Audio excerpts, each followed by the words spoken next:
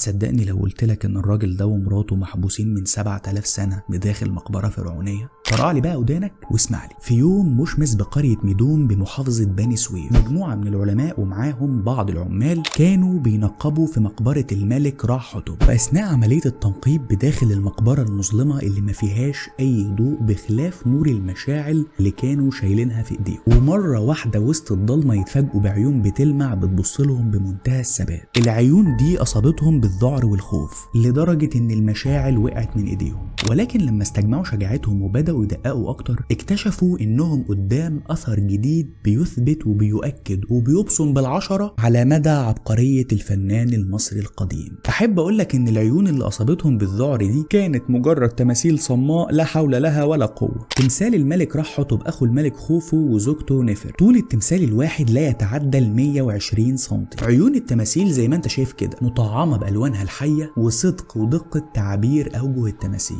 وده خلى اللي كانوا في المقبرة يظنوا انهم قدام اشخاص حقيقيين. اتفرجوا على الصور وقولوا لي رايكم، هل التماثيل فعلا متنفذة ببراعة لدرجة انهم يترعبوا منها؟ وتفتكروا لو كنتوا مكانهم كنتوا هتتخضوا برضو؟ اكتبوا لي في الكومنتات، وما تنسوش اللايك والفولو. كان معاكم احمد صقر، سلام.